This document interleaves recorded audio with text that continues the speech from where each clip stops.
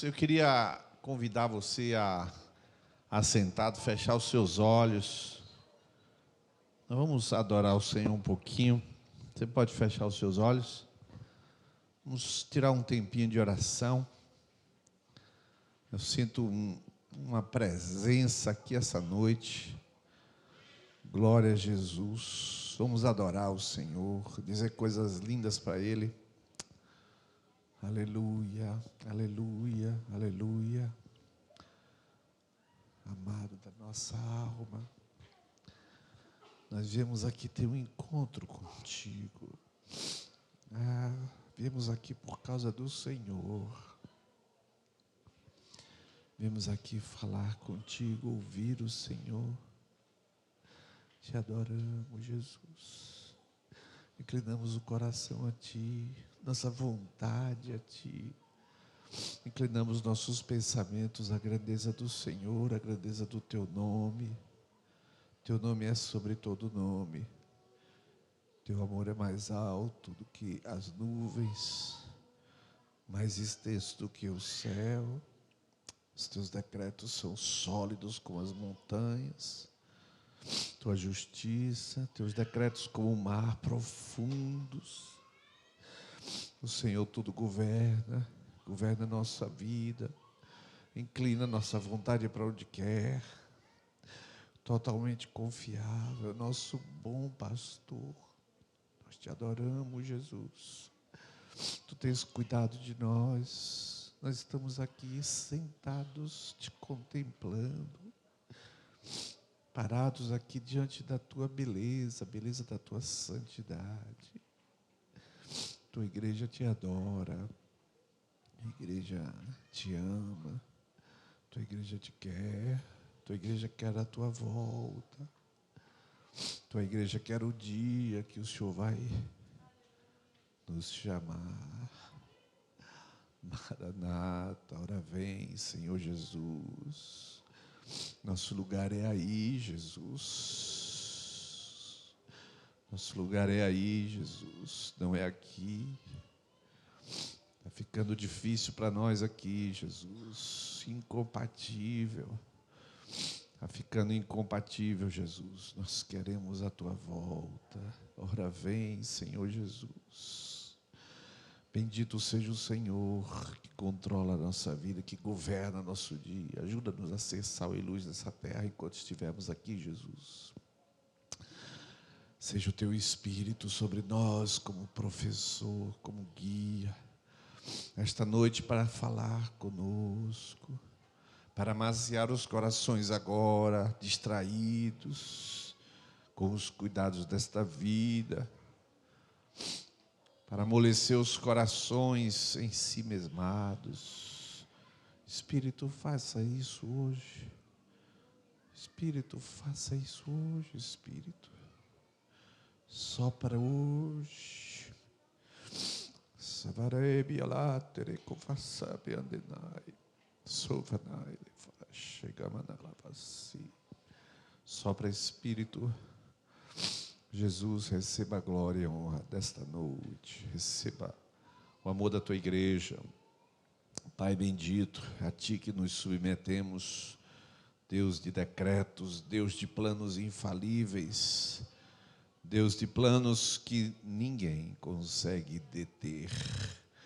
Grande é o teu poder em tudo. Como igreja queremos entregar este ano a ti, Jesus. Queremos multiplicação na medida da tua graça.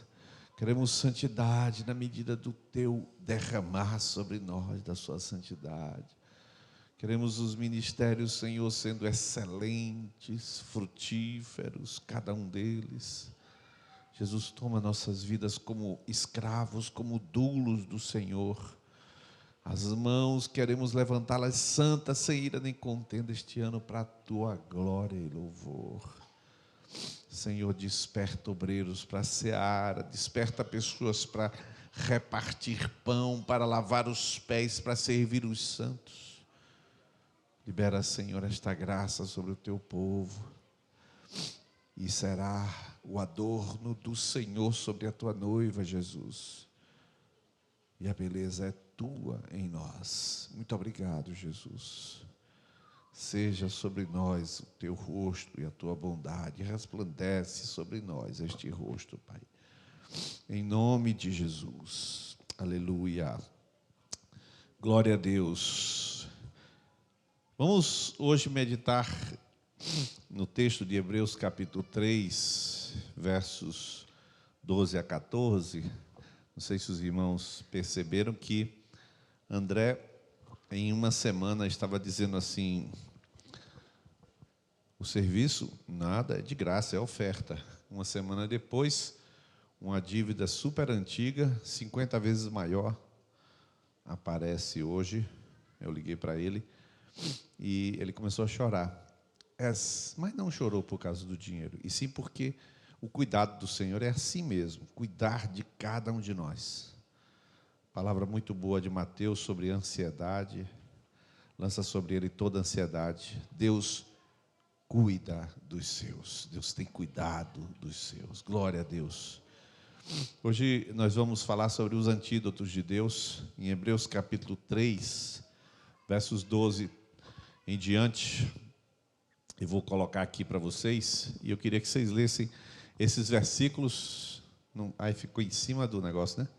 Mas dá para ler, não dá? Os que não conseguirem ler, adivinham, tá? Em nome de Jesus. Não, está repreendido, que a adivinhação não vem do cão. Vamos ler, 1, 2, 3, já? Vede, irmãos.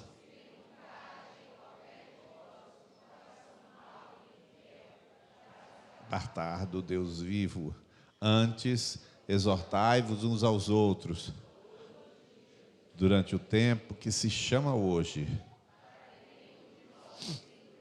pelo engano do pecado, porque nos tornamos da nossa confiança até o fim. Meus amados, no ano passado nós estudamos, lendo a Bíblia como um discípulo, e nós vimos muitas coisas ali que servem de lição para a gente. A gente também disse que a lei não está em vigor para nós, porque nós não somos judeus, nunca fomos. A igreja, ela não lê a Bíblia do Antigo Testamento como se fosse uma lei sobre si, mas ela extrai daquela lei todas as lições que o Senhor quer ensinar para nós através daquilo que está ali descrito. São princípios espirituais e princípios morais. Por exemplo, não assassinarás, essa é a tradução correta. Não matarás, não assassinarás, né? Seria o correto. Princípio da vida, é um princípio sobre a vida. Então você valoriza, são princípios que você capta dos 10 mandamentos e assim de toda a lei de Deus. Por exemplo, você vê no Antigo Testamento a importância do sangue, como essência, como princípio. Aí você vai lá para o Novo Testamento e diz assim: e o sangue de Jesus Cristo, seu Filho, nos purifica de todo pecado. Você vê o Cordeiro, o lugar central do Cordeiro na Páscoa. Você vê alguém dizer assim: eis o Cordeiro de Deus que tira o pecado do mundo. Então você faz a conexão. Mas isso tudo são lições que você está extraindo, não é propriamente uma lei. E uma coisa muito presente é a realidade do pecado. Quando você vê na lei do Antigo Testamento, é um livro dedicado exclusivamente aos sacrifícios. Por quê? Por causa da quantidade de pecados. Estava lendo hoje pela manhã Levítico 4, que diz que se as pessoas pecarem sem saber, tem consciência, ou na outra tradução, pecado involuntariamente, ou os pecados sem saber que aquilo é pecado, ela já é culpada e tem que levar um animal para a redenção daquele pecado, mesmo se ela não saiba que aquilo acontece. A gente leu Hebreus capítulo 3, e a despeito da gente não estar falando da lei de Moisés como impositiva, a gente extrai disso as lições. Tanto sim que Hebreus capítulo 3, o contexto de Hebreus capítulo 3 é justamente o Antigo Testamento. Ele vai falar sobre o Êxodo, em Hebreus capítulo 3, vai tratar, se você quiser por acaso abrir a Bíblia aí, agora você vai ver que desde o verso 7 em diante, entrando pelo capítulo 4, ele vai citar, por exemplo, Salmo 95, 7, que eu coloquei na tela: se ouvides a voz do Espírito Santo, não endureçais o vosso coração. A gente cita muito isso. Se você ouve a voz do Espírito Santo, não endureça. Mas isso é um texto do Antigo Testamento. É o Salmo 95, 7 a 11, como nas águas de Meribá, etc. e tal. Então, você vê que o Antigo Testamento, ele está extraindo lições. Ele não é uma lei, mas está extraindo para você uma lição e diga-se uma lição fundamental. Por isso, nessa época de Hebreus capítulo 3, ou seja, lá atrás, quando Hebreus vai explicar, ele está falando de uma época que a lei de Moisés estava em vigor. Aquele povo de Israel saiu do Egito, recebeu a lei e está em pleno deserto. Eles estão no Êxodo. E aquela palavra de Hebreus 3 está se referindo assim: olha, o pessoal estava no deserto, endureceram o coração, morreram e não entraram na terra. Ele está falando de lá. Não é para a gente, mas ele está tirando para nós a lição. Por isso que ele vai usar o versos 12, 13, 14, que é o que a gente versou praticamente. Então, tudo está em vigor, a lei está em vigor e o pessoal não funcionou. A lei estava em vigor e eles não conseguiram. Por exemplo, os sacrifícios estavam em pleno exercício.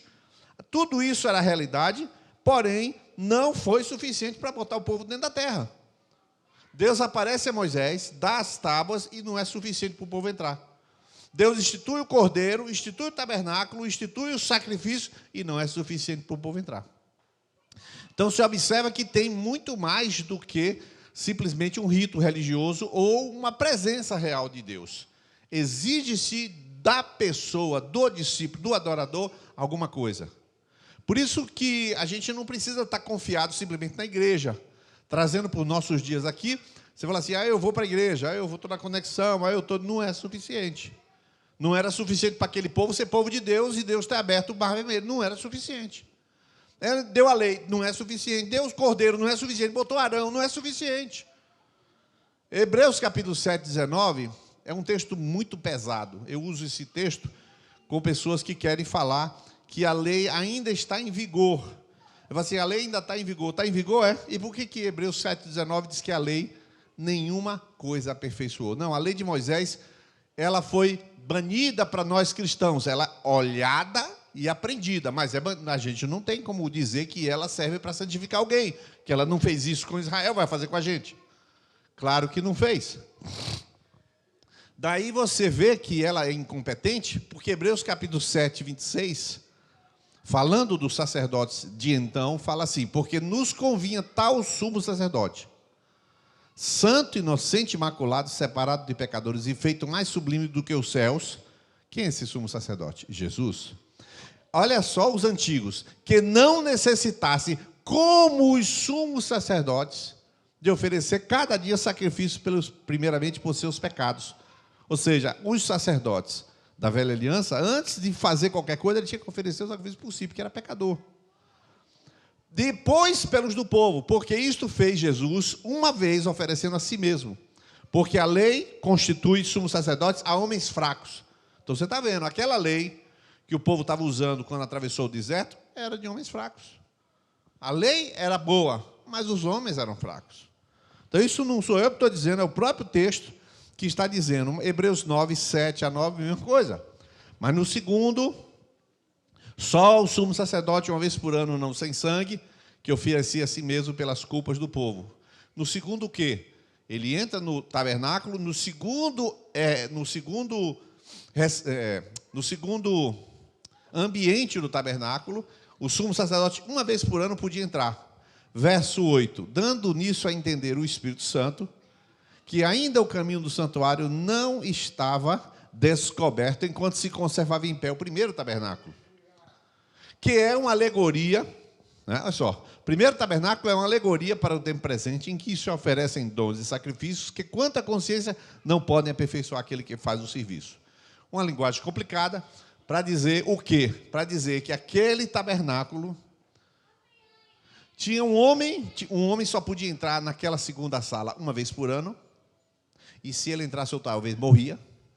E mais, aquilo tudo, incluindo o sacerdote de todo o tabernáculo, está dizendo que essas coisas um dia vão passar, porque não podem mudar a vida de ninguém.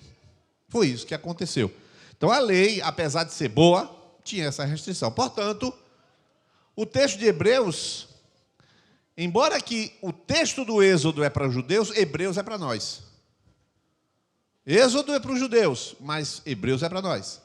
O texto de Hebreus é escrito para a igreja, para o povo de Deus e o corpo de Cristo. E ele vai usar as lições da antiga aliança para nos advertir, nós, da nova aliança.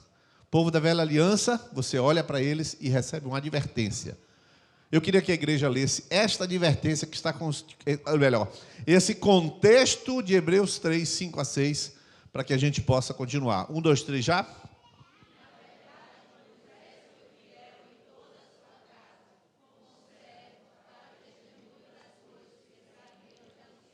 Mas Cristo, a qual casa, se tão somente, glória da esperança. Então você já sentiu que o escritor aos Hebreus vai lá no Antigo Testamento, pega a lição e diz, agora eu vou aplicar a vocês. Então ele está fazendo isso. Então esse texto está falando para nós. Portanto, queridos, qual é a advertência que Deus vai começar a falar com a gente agora? Hebreus, capítulo 3, verso 12. Eu queria que a igreja lesse, por favor. Vede, irmãos, um coração mau, infiel, para se apartar do Deus vivo. Pronto, são 3 versículos, vou explicar cada um detalhadamente. Hebreus capítulo 3, verso 12, irmão, cuidado para que não haja em vocês um coração mau e infiel, para se apartar do Deus vivo. Mas peraí, está falando com um crente? Se falasse com os judeus, tudo bem, eles já estão no deserto mesmo, você já sabe que não tem coração bom mesmo. Não, ele está falando com a igreja. Ele está falando com o nascido de novo. Ele está falando comigo e com você. Ele não está falando com o ímpio. Veja, para se apartar do Deus vivo significa que você está junto com ele. Se vai se apartar, é porque não está apartado, está junto. Por que ele vai falar, então, não da lei, não de Moisés, não do sacerdote? Vai falar do coração. Ele vai falar do coração. Provérbios 4, 23, o que fala aí na tela? Bora, igreja. Guarda o teu coração, porque dele procedem as fontes da vida. Jeremias vai dizer em Jeremias 17, versos 9, enganoso é o coração, mais que todas as coisas, e perverso. Quem o conhecerá? Você pode ser enganado pelo seu coração, não é pelo meu coração, não. O povo tem muito medo de que alguém o engane. Quem engana você é você. Não, o pastor vai lhe enganar. Para ele lhe enganar, o que teria que acontecer? O pastor só pode enganar a pastora, né? Porque mora com ela. Só se for isso. O pastor Cláudio enganar a pastora Vanessa, só se for isso. Mas porque não vai, como é que vai enganar? Não vive com. Quem engana você é seu próprio coração. Jesus explicou isso que os fariseus não sabiam. Jesus foi falar um negócio que eles não sabiam. O que é que eles não sabiam? Ainda não compreendeis que tudo que entra pela boca desce para o ventre e é lançado fora? Você costuma falar para seu filho, tira a mão da boca, aqui está sujo. Não fala isso? Tira a mão da boca, lava a mão. Então você está com a ideia do fariseu, que o que entra contamina.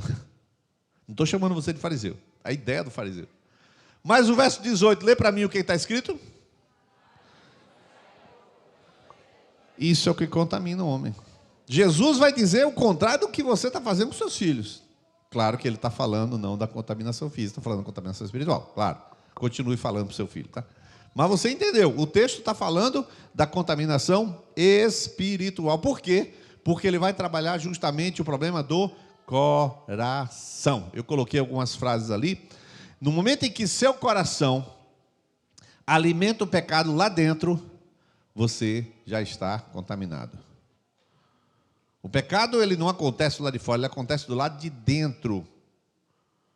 O pecado acontece do lado de dentro. E o pecado tem várias formas. Desde uma forma que nunca vai sair.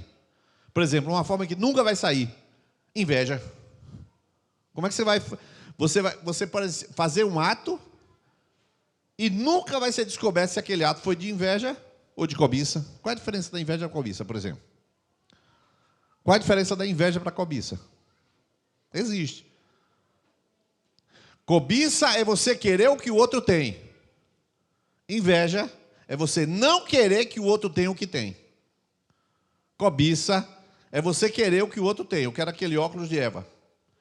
E inveja, eu não quero que ela fique que quebre aquele óculos. Inveja é isso. Não vai quebrar não, fica tranquilo. Também. Já tem crente dizendo que está repreendido. Não, irmão, é exemplo. Inveja, como é que você vai saber que é inveja ou cobiça? Ninguém sabe, só Deus. Muitas coisas, quando contaminou o coração, é só a pessoa. É questão de tempo para produzir maus comportamentos e más ações.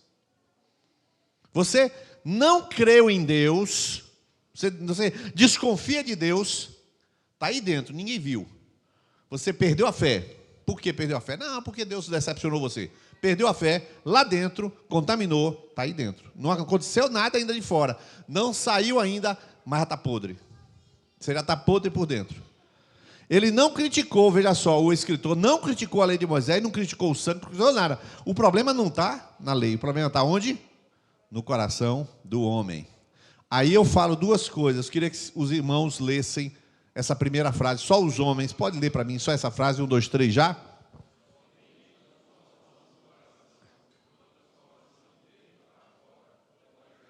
Pronto. Como é que faz para resolver o problema do coração? O primeiro ponto é transformar o coração. Quem faz isso? O Espírito Santo. As mulheres podem ler a última frase, por favor?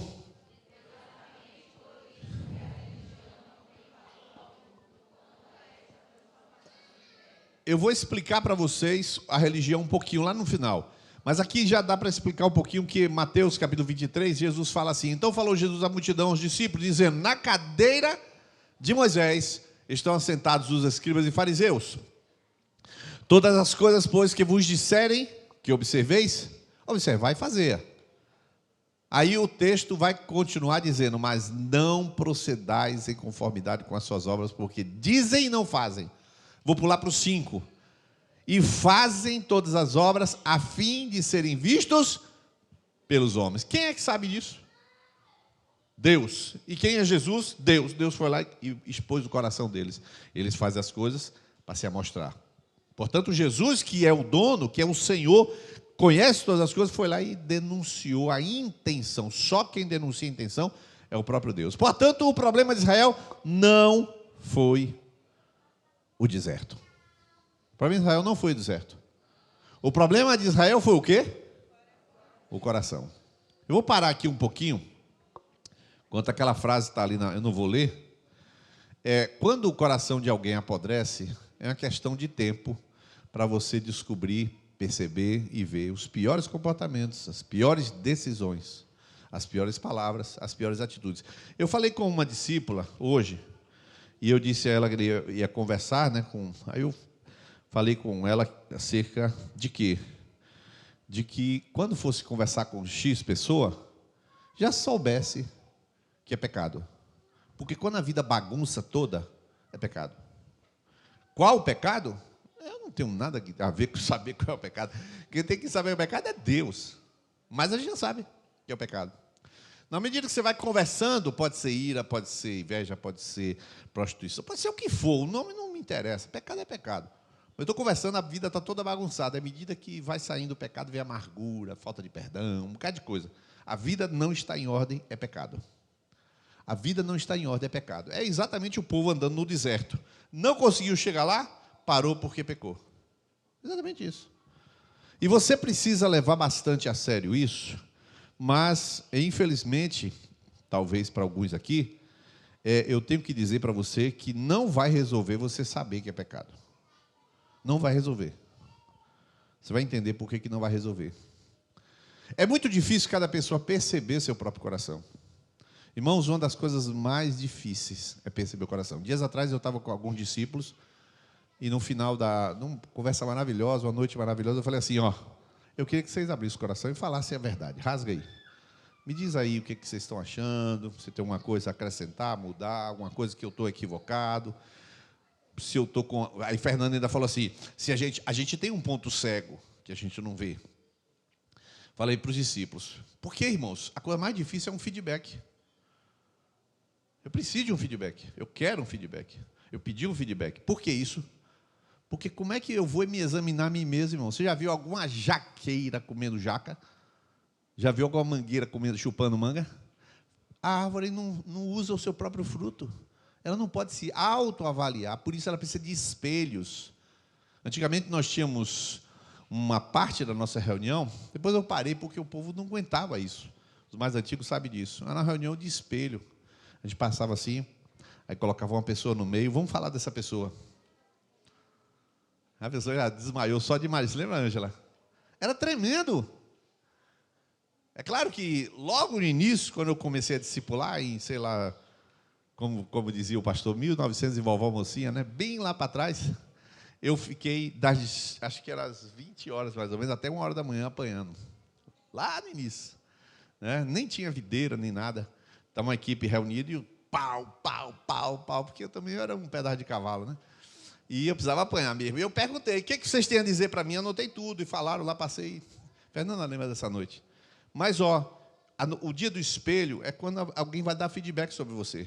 Não, eu não conheço uma pessoa como você. O outro fala, você é muito fria. Eu não entendi nada. Não importa se você entendeu, o que importa é o feedback. Por quê? Porque você não consegue ver isso. No caso da gente, individualmente, você tem um espelho que é a palavra de Deus. A Bíblia fala que a palavra de Deus é espelho. Aquele que lê a palavra se contempla. Por exemplo, eu estou falando aqui e você...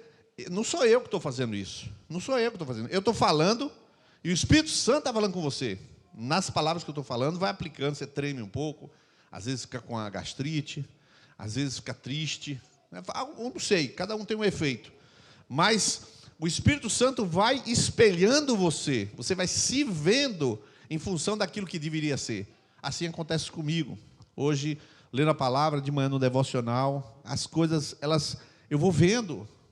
Semana aconteceu um negócio comigo que eu resolvi rever a minha vida. Vou dizer até o que foi. Não foi nessa semana, foi na semana passada. Meu canal do YouTube simplesmente foi suspenso. 4.000 e tantas pessoas, pegaram uma pregação minha e pediram... Porque você sabe que eu boto pregações que eu comprei o CD lá no congresso. A velha de Valnice tem mais de 150 mil pessoas no canal. Pregações para abençoar o povo. Peguei, botei pregação, um cara chegou lá e falou... A pregação é minha. E aí derrubaram meu canal. E não tem jeito de recuperar. Tudo lá, irmãos, que você pensar tem lá. Tem coisa das células, conexões, de tudo. Eu perguntei, tentei. Aí eu parei, depois que eu nem orei, nem sim, nem não. Né? Eu nem orei, não sabia o que era aquilo. Aí parei. Eu falei, o que é isso, Deus? Aí tentei, não teve jeito. Eu parei e falei assim, sabe de uma? Eu vou tomar isso como uma advertência para eu mudar a minha Viber. Eu vou tomar com a advertência de Deus, eu vou mudar minha vibe. Vou mudar de ponta cabeça. Porque não sei, irmãos, eu não sei. Eu não sei. Eu só estou dizendo a vocês que eu peguei esse negócio e eu vou rever minha vibe todinha. Assim, deu para entender, não? Eu também não, mas é por aí. Eu estou sabendo aqui na minha cabeça o que eu estou mudar. Ainda não sei falar, mas vai mudar, você vai ver.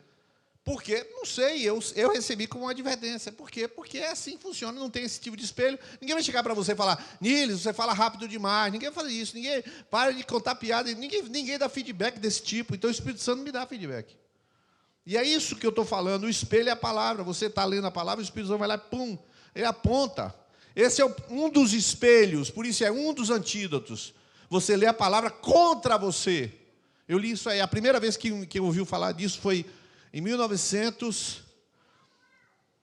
não sei não, em 1900 e sei lá quanto, pastor Valdir Sternegger, ele fala assim, é muito fácil ler a Bíblia a seu favor, eu quero ler a Bíblia contra. Nós precisamos ler contra. Aí eu digo, rapaz, aprendi aquilo. Não esqueci mais nunca. E eu leio contra porque o Espírito Santo está querendo me transformar, eu vou ler a favor. Então ele não vai nunca me transformar. Sempre eu vou achar que eu sou o Golias, eu sou o Davi que está matando Golias, eu sempre vou achar isso. Eu sou o Golias que quer atrapalhar a obra de Deus.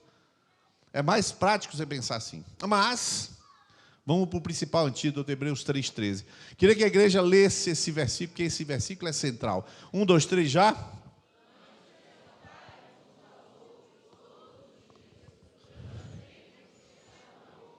Para que nenhum de vós se endureça pelo engano do pecado. Irmãos, observemos duas coisas. A primeira, o perigo do pecado. O pecado é tão perigoso, que você pode ser, lá embaixo, endurecido e enganado. O pecado é tão perigoso, que Deus tem que providenciar um antídoto para o pecado. Aí você fala, o sangue de Jesus, se você reconhecer. E se não reconhecer? Sangue de Jesus, se você se arrepender. E se não se arrepender? Tem antídoto. Tem sim. Tem muitas coisas, queridos, que as pessoas não vão pensar que é pecado. Por exemplo, eu li na Coreia agora. No ano 2050, não vai ter gente para o exército da Coreia do Sul. Porque a taxa de natalidade está tão baixa que não está dando vencimento ao número de alistados do ano. Todo ano tem que ter um número de alistados. Uma parte daquele engaja, fica no exército. Não está tendo nem o número de alistados necessário. E está caindo. Sabe por quê? Porque as pessoas não querem casar.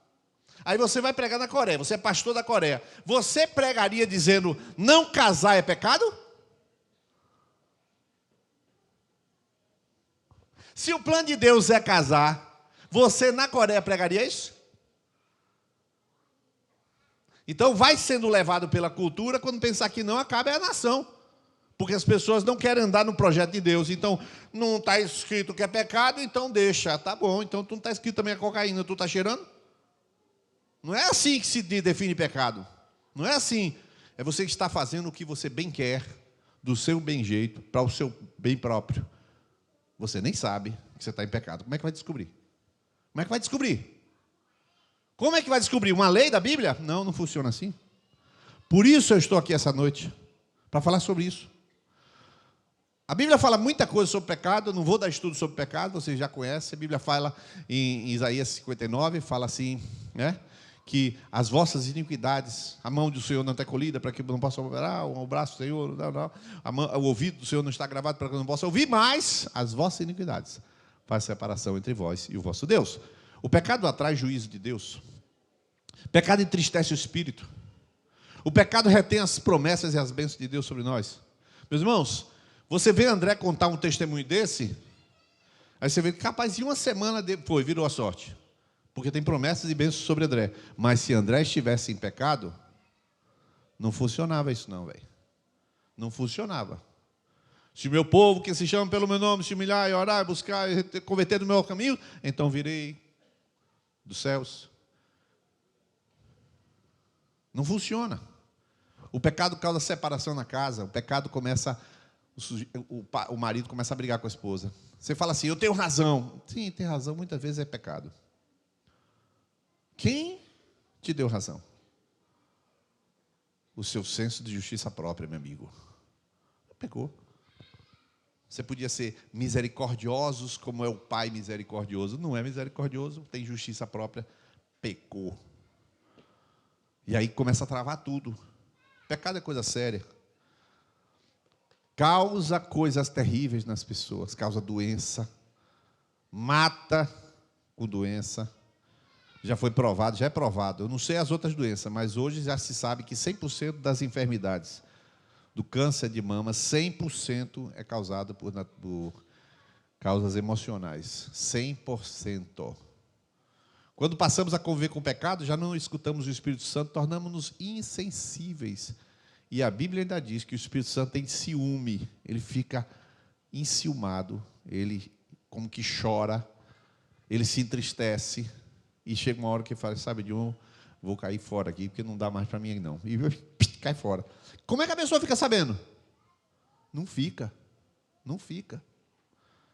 Não fica, não tem esse aviso. Aí veio o antídoto de Deus. Qual é o antídoto que está ali escrito em vermelho? 1, 2, 3. De novo. Uma vez por semana na macro. Não. Exortai-vos uma vez por semana na macro.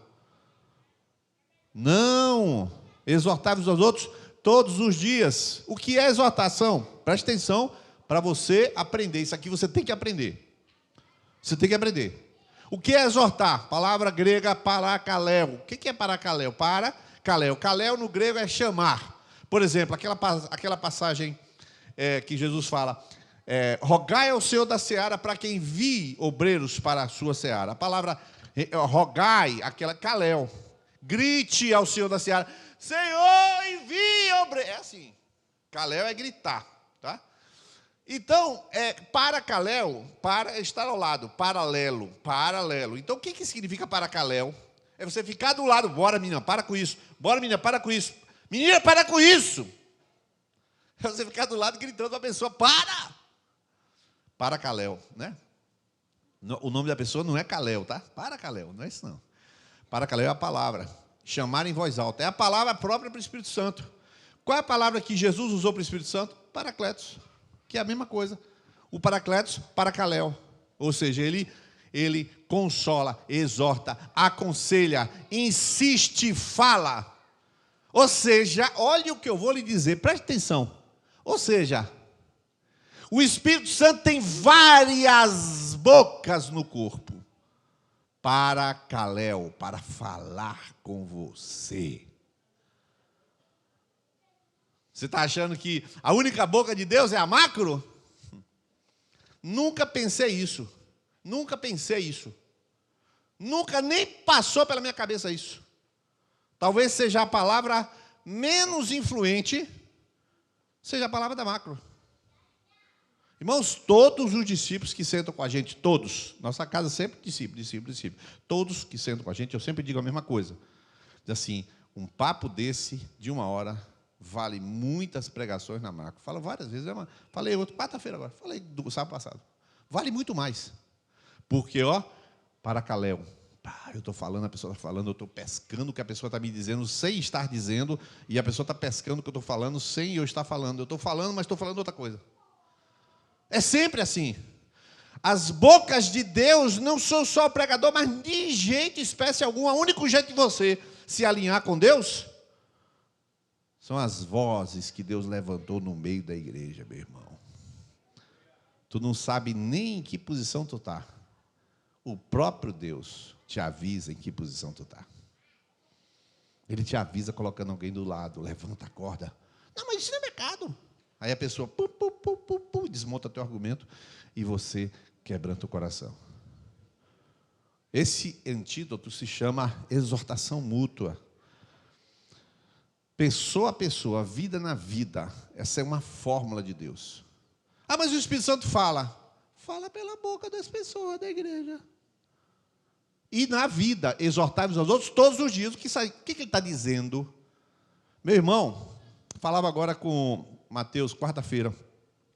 A sociedade industrial tirou você de estar com os irmãos. Antigamente você tinha, levantava, aí ia tirar leite da vaca, né? Levantava, tirar leite da vaca. Aí vinha, pegava lá um bezerro, uma galinha para você comer, fritava um ovo.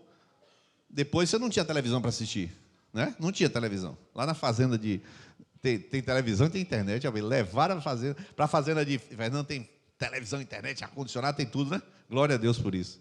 Mas era assim, você ficava assim, numa sociedade agropastoril, você estava se relacionando sempre com as pessoas e sempre com a criação de Deus. Basicamente, andando junto com as pessoas. Vinha uma perseguição, você ia para outro canto e fazia a mesma coisa. Você fazia jarros de barro. Você ia para outro canto, fazia o mesmo jarro de barro e sobrevivia. Pescava outro canto. Então, a sociedade industrial fez o quê? Prendeu você no emprego. Prendeu você numa atividade. De manhã você sai às 7 horas, de noite chega às 18 horas. Só aí 11 horas. Só aí. Depois você dorme 8, 11 com 8, 19. Faltam 5 horas para se relacionar. Quero ver tu exortar alguém. Só consegue beijar filho. Só consegue fazer carinho, não consegue mais exortar ninguém. E ninguém vê você entrando dentro de casa gritando com o seu filho.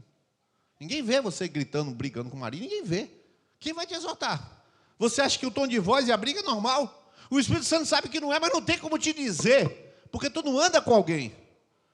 Você entendeu o que eu estou falando? Eu não estou criticando você, eu estou dizendo que o sistema é esse. E como é que você vai conseguir sobreviver no sistema dele? Não, basta eu assistir Silas Malafaia e eu fico curado. Tu conhece Silas Malafaia, como é que ele fala? Porque se ele fala daquele jeito na televisão, imagine fora. Dê indireta mesmo, é isso aí. Imagina.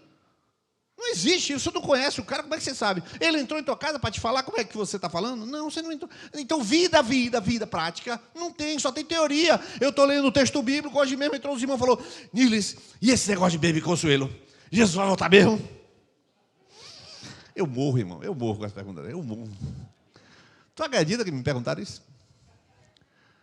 Eu falei, os caras que falam, não sabem nem o que é Apocalipse. O Apocalipse está chegando, o Apocalipse é um livro. Como é que o Apocalipse... Vai descer o livro do Apocalipse assim?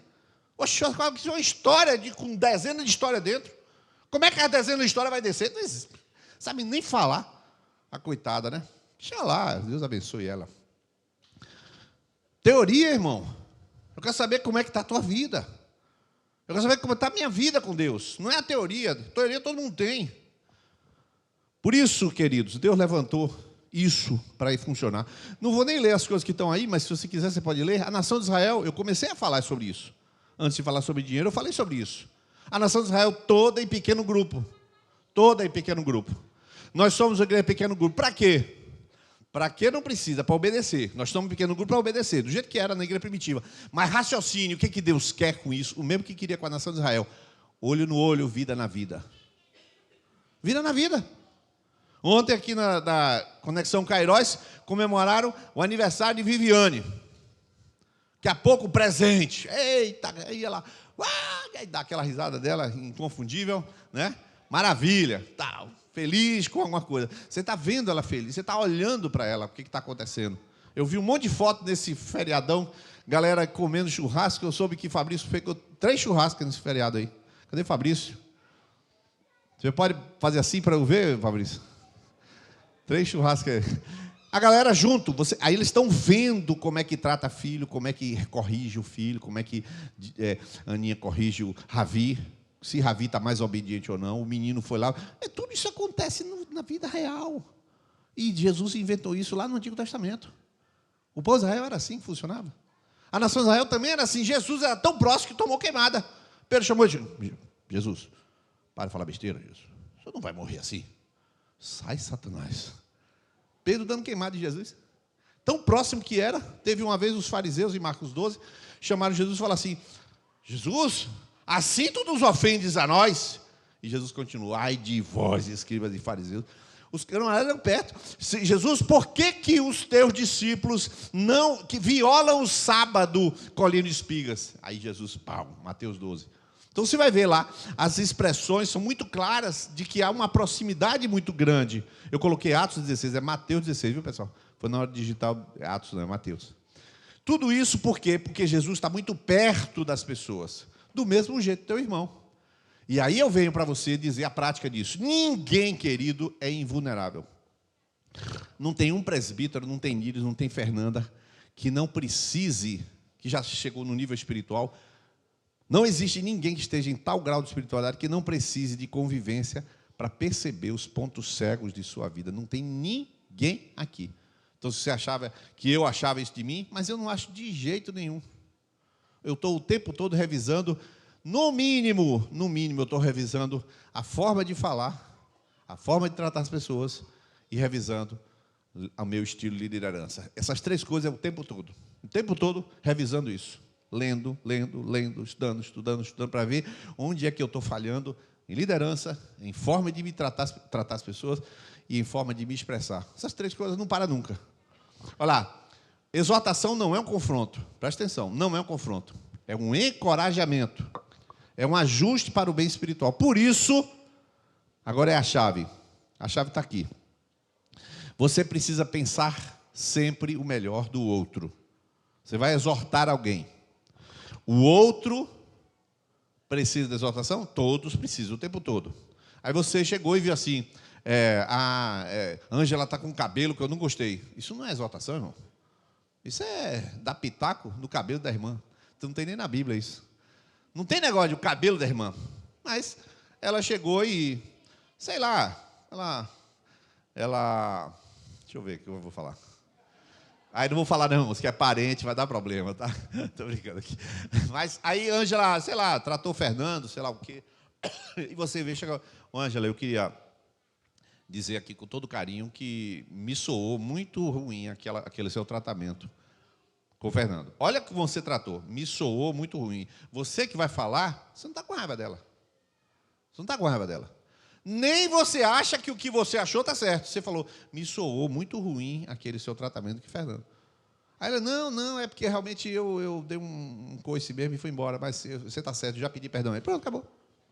Ó, foi só uma expressão, tá? Pelo amor de Deus. E o que eu estou falando é, você não está pensando mal dela, você vai falar aquilo que veio no seu coração. Pensar que o outro quer Jesus. Irmãos, não se exorta ímpio. Não se exorta incrédulo e ateu, não se exorta, se evangeliza. Não confunda isso. Eu vou exortar, meu irmão, isso não é atitude correta. Isso não é da sua conta, ele vai dizer isso para você. Porque você não tem que exortar a pessoa que não quer Jesus. Eu exorto a pessoa do corpo de Cristo. Por exemplo, a gente exorta aqui, vou dizer aqui, a que você venha para Macro.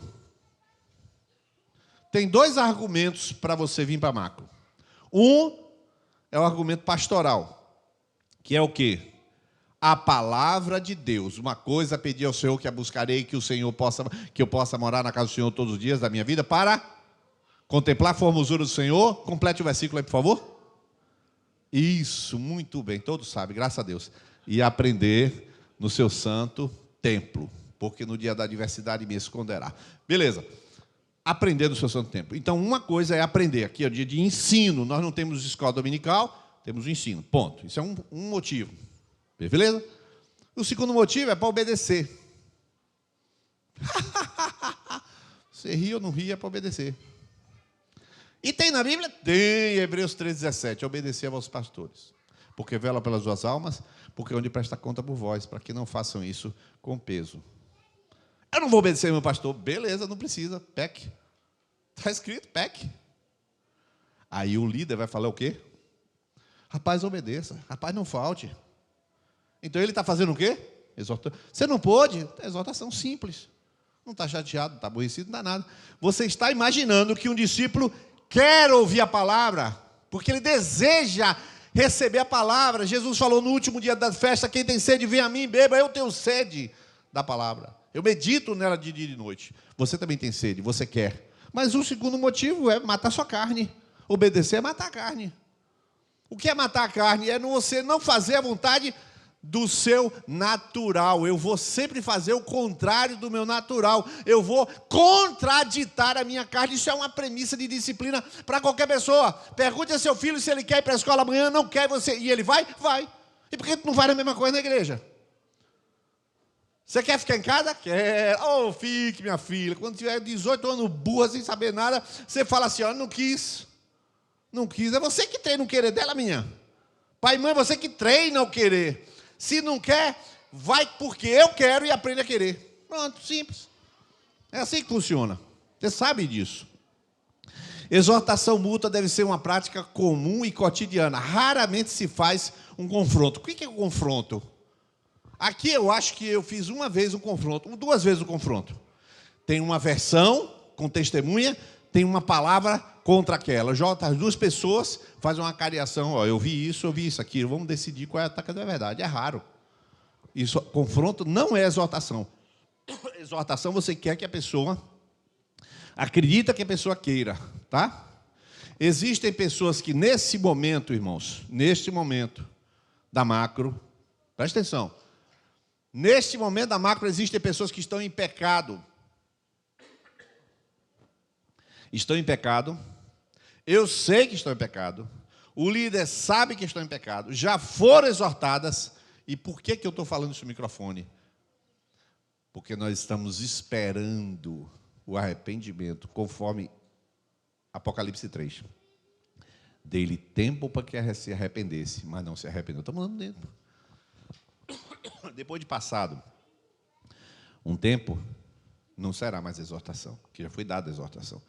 Será disciplina para trazer para a posição. Mas a gente tem que fazer esses processos. O texto fala exortar todos os dias. Isso aponta para quê, queridos? Você pode ler para mim? Para o relacionamento, para o vida na vida. A melhor exortação é que é feita no momento em que está vivendo aquilo. Irmãos, eu preciso que você entenda isso. Por favor. Por favor. Por favor, me ajude. Vou dizer 2 coisas. 2 exemplos. Palavrão e preguiça. 2 exemplos. Palavrão e preguiça. Tá? Vamos começar pelo palavrão. Fique tranquilo que eu não vou falar palavrão. Você está no churrasco, ali, todo mundo no churrasco. Aí o camarada mete o espeto. Aqui mesmo essa semana eu botei aquele negócio que fica aí. Como é o nome? Acendedor. Botei um acendedor, botei o carvão em cima. Aí tive a brilhante ideia de ajeitar o carvão. meti o dedo no acendedor em brasa. Está aqui marcado. Aí eu tiro o dedo e palavrão, né? Aí, paralelepípedo, aquele palavrão enorme assim. Aí, inconstitucionalissimamente, eu falo um palavrão, né? Aí, eu solto aquele palavrão. Tem um irmão do lado, ele faz o quê? O pastor soltou um palavrão. Me ajudou? Não, aí bota no zap. Irmãos, você não sabe o que eu vi agora. É capaz de alguém estar filmando na hora e mandar, deixa eu ver, mandar para a Lucas, né? Manda para Lucas. Lucas, não estou entendendo nada, né? Eu te pergunto, isso é exortação? Não. Eu soltei um paralelepípedo ali, você fala o quê? Você chega para mim e fala assim... Você pode exortar de várias maneiras. Você faz aquela careta assim, fala, já exortou, já me exortou. Aí você fala, pastor, eu vou me retirar, que eu fiquei envergonhado. Já me exortou.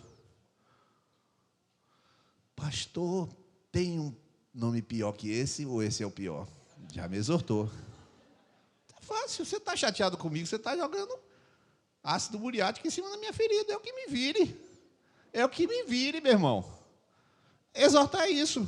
Você não está, pastor maluco, eu vou sair da igreja, seu cachorro. Nada disso, irmão. É da sua conta? É da sua conta? É da sua conta espiritual, porque você acredita que eu quero. Mas se eu soltei o palavrão é meu, eu solto se eu quiser. Mas você que me ama e que acredita que eu quero Jesus, você dá um futucão assim, um cotovelão. Cara, para com isso. Aí eu reclamo com você. Aí sim, tu procura Lucas, eu tenho uma filmagem. Não, filmagem não, pelo amor de Deus. Procura Lucas, fala, Lucas, eu não entendi nada. Lucas, viu? Presbitério. Mas o que eu estou falando é um exemplo. Outro exemplo, preguiça. Exemplo da preguiça. Como é que resolve preguiça? É difícil, irmão, resolver preguiça. Que negócio difícil. Você tem que, para resolver preguiça, você não vai resolver. Mas tu vai exortar enchendo o saco. Por que tu não enche o saco? Qual é o problema? A Bíblia não diz, não enchais o saco do irmão. Não diz isso. Então pode encher o saco. Ô, irmão, não estou te entendendo, eu já falei 10 vezes. Ó, a próxima vez eu vou passar na sua casa, vou lhe pegar para você vir para Macro. Aí não, vocês estão me cobrando? Claro que eu estou. É lógico que eu estou cobrando. Você tem que falar assim, ó. Lógico que eu estou cobrando. Que dúvida, tem dúvida, ainda dá risada. Mas é claro que você está cobrando. Agora, por que você está cobrando? Para o bem dele. Você não tem que dizer... Não, que isso, estou cobrando? Não, ele está me entendendo mal. Não, ele está entendendo mesmo, eu vou cobrar mesmo. Agora, até a hora que ele disser, sai, aí você sai. O que você está fazendo? Você não está abandonando o irmão. Você não está sendo estúpido. Se ele der um grito, bater a porta e mandar você sair e xingar o palavrão, você nunca mais vai lá. Se preocupe, não. Tem quem vá. Depois outro líder vai. Mas o que eu estou falando é que a Bíblia manda fazer isso, irmão. E todo mundo fica de mimimi. Por favor, irmãos, preste atenção. Você tem que exortar o irmão. Se ele não gostar, azar dele. Agora, você não tem que exortar como eu acabei de falar. Isso não. Você tem que falar na boa. Essa roupa, isso não é roupa de crente, não. Mas eu não sou crente, sou discípula. Vixe, piorou. Porque pelo menos crente até o diabo é, que ele anda nu. Você, uma roupa dessa, você não pode falar isso, porque não vai gostar. Azar da pessoa, rapaz. Azar da pessoa. Nós não estamos aqui para agradar ninguém, não, irmão. Nós estamos para agradar a Deus. Você sabe que Paulo fez com Pedro, irmãos? Você sabe o que Paulo fez com Pedro em Atos 2:11? Todo mundo na festa, todo mundo, pá, Pedro lá, cervejinha não, mas um vinhozinho, pá, tá, todo mundo, tá, aquela festinha. Os judeus chegaram, Pedro. Aleluia. Oh, glória. Aí começou a tocar chofar, né? Que é tocar chofar, que é negócio hebraico.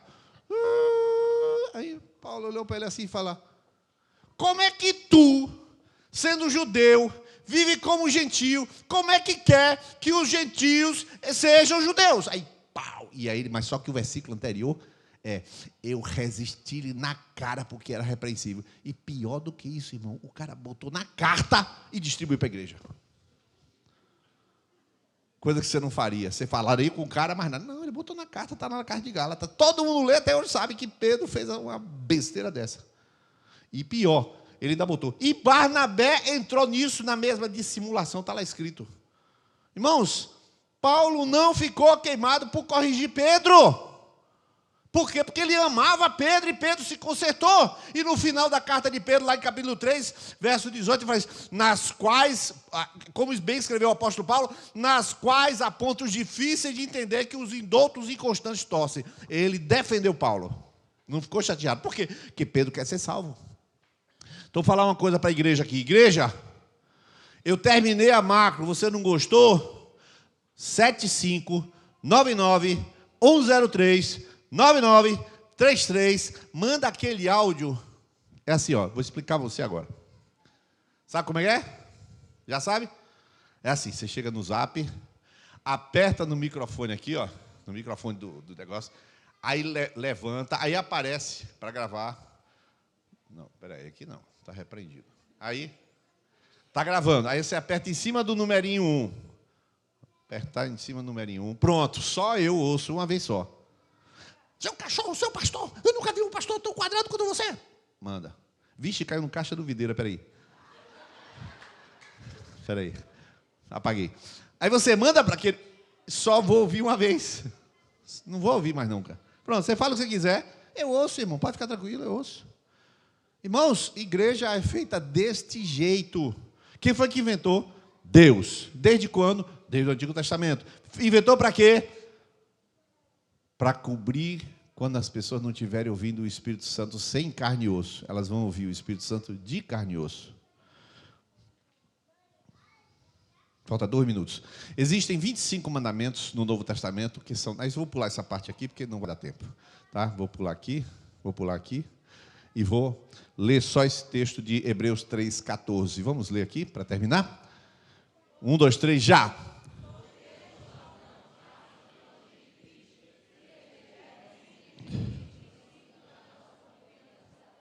Até o fim. Irmãos, a vida cristã não terminou. Você se torna participante de Cristo se retiver firmemente. Quem foi que colocou esse condicionante si? O Espírito Santo. Não fui eu. Se você chegar no fim, não, mas eu sou salvo. Não, você não é salvo. Você está sendo salvo. Você está preparado para ser salvo. Então você diz, eu tenho certeza que eu vou até o fim, eu sou salvo. Mas calma lá, não terminou ainda não, irmão. Não terminou, não. O si coloca em xeque muita coisa que as pessoas afirmam. Declara que se uma pessoa que declara que não é a pessoa que afirma que está em pé, não é ela a pessoa. Ela tem que se posicionar corretamente. Eu quero colocar aqui as 3 palavras aqui, ó. O fim. Se mantivermos até o fim, a palavra telos no grego significa se você chegar no alvo, é que você é salvo. Outra coisa, você só participa de Cristo se você retém com firmeza a sua confiança. O que é firmeza? Guardar firme é uma palavra que tem relação lá na origem com a estabilidade de um navio. Então você pega uma corda, amarra o navio, ele segura. Isso é guardar firme a confiança. Se você foi salvo lá numa vez, então você mantém a sua firmeza.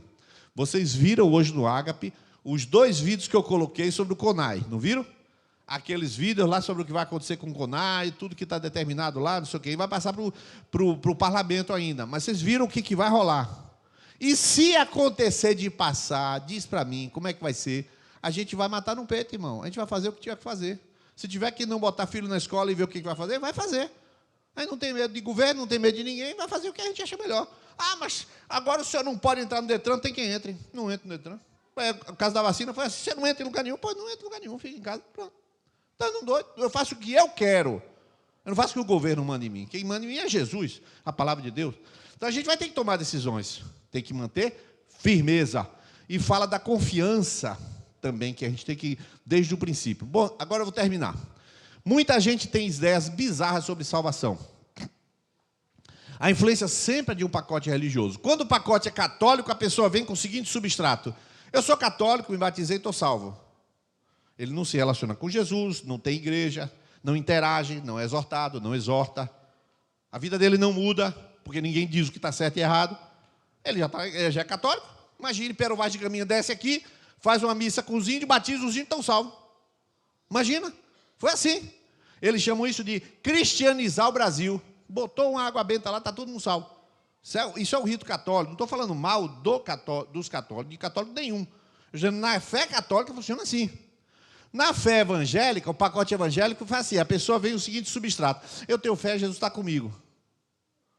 Para mim é a mesma coisa que católico, para mim é a mesma coisa. Porque o que importa aí dos dois é o que ele está dizendo.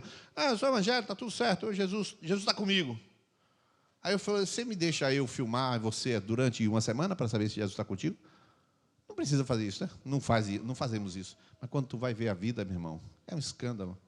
Por quê? Porque ele não está preocupado com a vida que testifica, e sim com a declaração. Eu tenho Jesus, está tudo certo.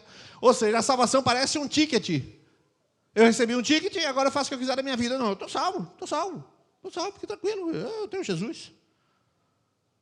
Nunca foi assim na Bíblia. Nunca foi. E eu termino com a leitura de Hebreus, capítulo 10, verso 36 a 39. Vamos todos ler esse texto? Hebreus 10, 36 a 39, e a gente termina com essa leitura. Vamos lá, 1, 2, 3 já? Que necessitais de paciência, possais alcançar a promessa. 37, porque ainda de tempo, e o que há de vir virá, e não tardará. 38, o justo viverá da fé, e se ele recuar, olha lá, agora o 39, nós, porém, não somos daqueles que se retiram, mas daqueles que creem. Então você vê claramente, o seu chamado hoje é muito claro. Se você não gosta de ser exortado, hoje você precisa se arrepender. Você precisa se arrepender, você precisa entender que a única forma de você ser santificado é pela ação da palavra que sai daqui e que sai da boca dos seus irmãos. Porque são eles que veem o palavrão. São eles que veem o distrato seu com a sua esposa, com o seu marido. São eles que veem você beliscando a criança, porque com raiva. Sai miséria. É você que quer que vê. O Espírito Santo vai ver. Para de chamar de miséria. O Espírito Santo não faz isso, você está fechado. O irmãozinho do lado fala, não chama a criança de miséria, pelo amor de Deus. Mas por que não envenena ela logo? Não se livra dela. Fala alguma coisa, irmão, para essa pessoa. E quem é que faz isso? O irmão que viu, que vai te exortar. Meus irmãos, você está amado dizendo, seu filho danado, não chame de danado, isso é coisa. O sinônimo de danado é satânico, é demoníaco. Para com isso. Danado é o nome de Satanás. E assim vai. Então, quem está vendo você é que te ajuda a ser santificado. O Espírito Santo fala com você exatamente através do seu irmão. Se você tem deixado essas coisas, aquele amornecimento, pode ter certeza que o Espírito Santo quer mexer com você. Porque Jesus não vai levar nenhum discípulo do Paraguai. Não vai mesmo. Não vai made in China, não vai. Ele vai levar made in Calvário. O Espírito Santo só vai levar pessoas que forem parecidas com Jesus. E para isso tem que ser manso e humilde, aceitar aquilo que precisa ser dito, aceitar aquilo que é falado, aceitar as pontuações, querer aquilo que os irmãos vão dizer. Não é nem aceitar, é querer. É precisar de exortação. Como é que eu estou? Como é que a gente está tocando? É assim que funciona. Como é que a banda está cantando? Como é que está sendo o ministério? Está sendo bom? A gente está tratando as pessoas direito? É assim que se trabalha. Amém, igreja? Vamos ficar de pé nesse momento.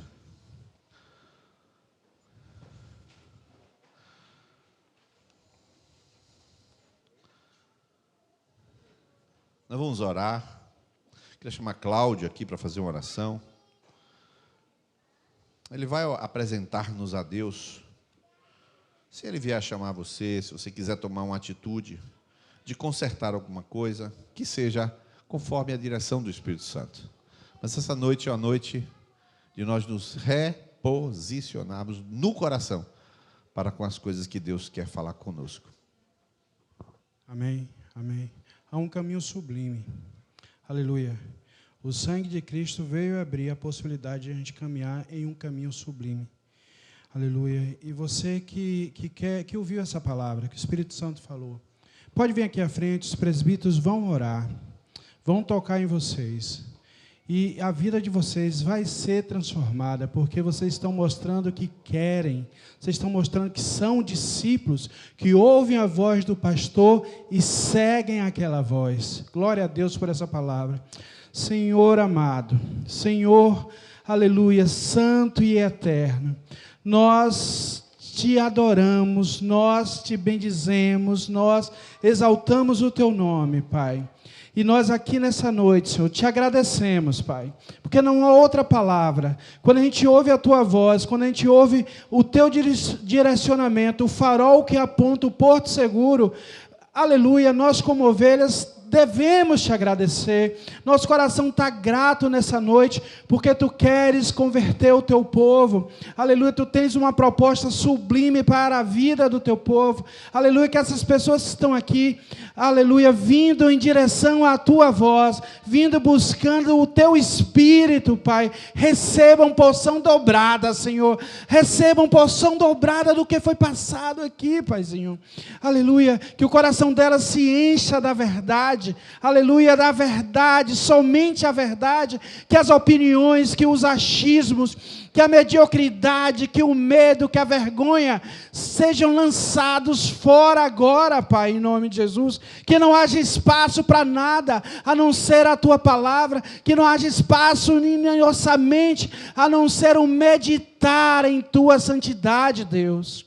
Muito obrigado, Senhor Deus, que essas pessoas que estão aqui na frente, Senhor Deus, possam experimentar, Senhor Deus, de algo novo. Tu prometer a novidade de vida. Aleluia, não há uma vida comum. Tu prometeu a este Teu povo, a essas Tuas ovelhas.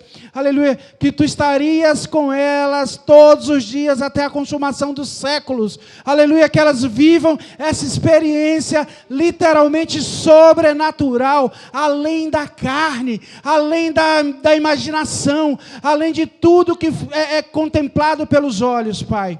Aleluia, que a Tua vida, Senhor Deus, aleluia, que Cristo em nós, que a esperança da glória de Deus cresça e que nós diminuamos a cada dia para a honra e glória do Teu santo nome, Paizinho. Em nome de Jesus oramos. Amém.